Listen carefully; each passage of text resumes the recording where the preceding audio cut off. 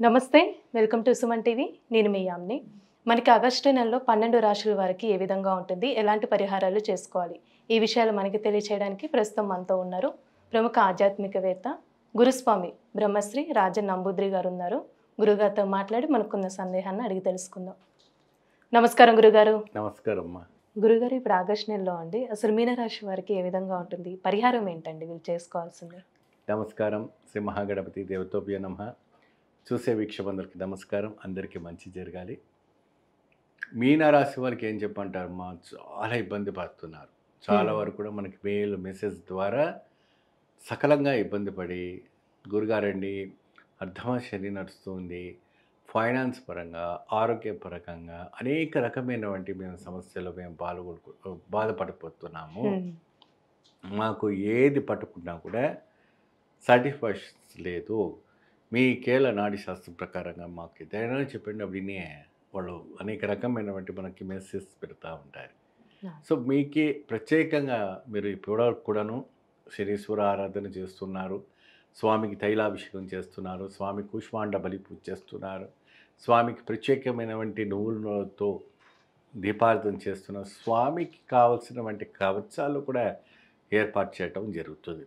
అయితే ఇక్కడ శ్రావణ మాసంలో అంటే ప్రత్యేకంగా ఛాయాదేవిని పూజ అంటే సాధారణంగా ఎవరు చేయరు. ఛాయా అంటే ఏంటంటే ఒక ఇదే కాబట్టి ఛాయాదేవిని పూజించాలి అంటే ఆవిడ అంటే ప్రత్యేకమైనటువంటి పటం అంటూ ఏది ఉండదు. మనసులోనే ఎక్కడైతే కూడా నవగ్రహ గురు ఆలయం ఉంటుందో శనీశ్వరునికి పక్కన, అంటే ఇప్పుడు మీకు కుంభకోణం పోతే ఛాయాదేవి కనపడతారు. అక్కడ ప్రతి నవగ్రహానికి భార్యాభర్తతో సతీ సమేతంగా మనకి కనబడుతూ ఉంటారు. ఏమండి, ఇక్కడ మీరు మీ యొక్క శివాలయంలో కానీ ఎక్కడైనా ప్రత్యేకమైన నవగ్రహ ఆలయంలో వెలిసి శనీశ్వరుని పక్కన ఒక బెల్లం ముక్క పెట్టండి. బెల్లం అంటే మనం బంగారం అంటాం. ఆ బంగారాన్ని ఎక్కడ పెడితే ఆవిడ గారు ఆహ్వానం అందులో అవుతుంది. కాబట్టి మీరు ప్రదక్షిణ చేసిన తర్వాత ఆవిడ పైన నవధాన్యాలు వేయాలి. నవధాన్యాలు వేసి నమస్కారం చేసి చక్కగా అక్కడ ఆవు నెయ్యితోనే వారి ఇరుగురు కూడాను, భార్యాభర్తలకి ఇరుగురు కూడాను దీపం పెట్టాలి. అంటే ఆవు నెయ్యితో పూజించాలి. ఆవు నెయ్యితో దీపం పెట్టాలి. నువ్వుల నూనె స్వామివారి పైన పోయాలి. ఏమండి, నలుపు వస్త్రాలు మాత్రం కట్టి నువ్వులు దానం చేసేస్తే సరిపోతుంది. ప్రత్యేకమైనటువంటి స్వామి ఒక గాయత్రి, సూర్య గాయత్రి అంటారు, శనీశ్వరుని గాయత్రి అంటారు, ఛాయాదేవి గాయత్రి కూడా ఉంటుంటారు. ఈ 3 గాయత్రులు ఏదైనా ఒక గాయత్రి తీసుకొని శనీశ్వరుని ఒక మంత్రం జపించి చేసుకోండి, చాలా ఉపశమనం జరుగుతుంది. ప్రత్యేకంగా మీరు స్వామివారికి ఇంకా నిరంతరంగా ఆయనని సంతోషపరచాలి, ఇంకా అభివృద్ధి జరగాలంటే శనీశ్వరునికి ప్రత్యేకమైనటువంటి హోమాలు ఉంటాయి. ప్రత్యేకమైనటువంటి తాంత్రిక విధానం కావచ్చు, తంత్ర సాధనలు కావచ్చు, అనేక రకమైనటువంటి హోమాలు ఉంటాయి. మీరు ఆ ఒక హోమాలు పూజ చేసుకుంటే చాలా అద్భుతమైన ఫలితం లభిస్తుంది. ఆంజనేయ స్వామి దండకము ఉదయం సాయంత్రం క్రమ తప్పకుండా చదవండి.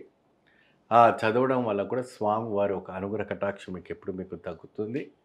ప్రత్యేకంగా మీనరాశి వాళ్ళు ఈ రకంగా దీపార్థన చేస్తూ క్షిం అంటే సాతో సమర్పించినటువంటి క్షిం మంత్రాన్ని ఓం క్షిం నమః అంటే ఓం శనీశ్వరాయ నమః అంటూ కూడా జపం చేసుకోవచ్చు. 108 సార్లు చేయవచ్చు. అక్కడ ఏంటంటే నలుపు రంగు వంటి ఒక వస్త్రము, నలుపు రంగు వంటి ఒక చెప్పులు పేద బ్రాహ్మణికి దానం చేయాలి చివరి రోజున. ఏమండి, అంటే ఇలా ప్రతి శనివారం చేయాలని లేదమ్మా. ప్రతి శనివారం ఈ పూజ చేసుకున్న తర్వాత లాస్ట్ శ్రావణ మాస శనివారం ఏదైతే వస్తుందో అప్పుడు ఆ స్వామికి, స్వామి నీ ఒక ప్రతిరూపంగా మేము భావించి స్వామివారి ఒక కైంగర్యానికి సమర్పించి స్వామివారికి ఒక మంత్రోచ్చారణ ఒక ప్రతిభావంగా అంటే కిలంబావు నువ్వులు, చెప్పులు, వస్త్రము అంటే ఒక ఆయన బాగా తొడుకునేటట్టుగా మరి ఒక 50 రూపాయలు 2 రూపాయలు ఉపయోగపడేటట్టుగా తీసుకోవాలి. పైన కండువ నల్లవది అటువంటి ఒక వస్త్రము, ఆ ఒక పదార్థము ఒక పేద బ్రాహ్మణునికి సమర్పించిన ఒక 1116 ఇవ్వండి.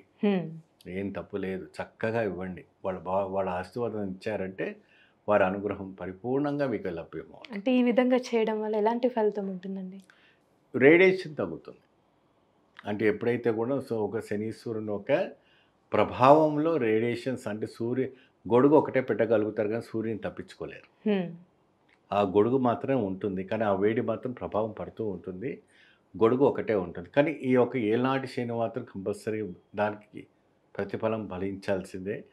దానివల్ల మీరు బాధింపబడి ఇంకా కాస్త మీరు ముందుకు సాగాలి, ఫైనాన్స్ పరంగా ఇబ్బంది కడగకుండా ఉండాలంటే మెరుగైనటువంటి ప్రభావమైనటువంటి ఈ యొక్క శాస్త్రం నాడీ శాస్త్ర ప్రకారం పూజ చేస్తే మీరు ముందు అడుగు పెట్టడానికి అవకాశం కనపడుతుంది.